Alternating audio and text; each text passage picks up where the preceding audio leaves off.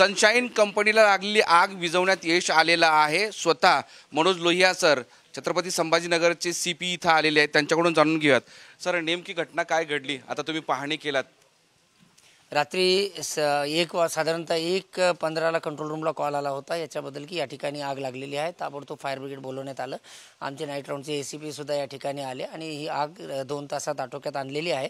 मात्र या घटनेमध्ये दुर्दैवाने 6 कामगारांचा मृत्यू झालेला आहे। एकूण 13 कामगार या ठिकाणी ट्रॅप झाले होते, त्यापैकी 7 कामगार बाहेर पडण्यात यशस्वी झालेले आहेत। सर, अचानक आग लागली, पण नेमकं काही कारण प्राथमिक कळलंय नाही? ते तसं स्पेक्युलेट करणं योग्य नाही। प्रॉपर इन्क्वायरी करून आम्ही त्याच्यामध्ये निश्चित अशा ओपिनियनला येऊ। Yes sir, thank you sir. हे होते पोलीस आयुक्त मनोज लोहिया सर। त्यांनी स्वतःहून संपूर्ण पाहणी केलेली आहे। ही कंपनी आहे, रात्री 12च्या नंतर इथं आग लागली आणि आग लागल्यानंतर 6 जणांचा होरपळून मृत्यू झालेला आहे। मोहम्मद इरफानचा माधव सावरगावे, साम टीव्ही, छत्रपती संभाजीनगर।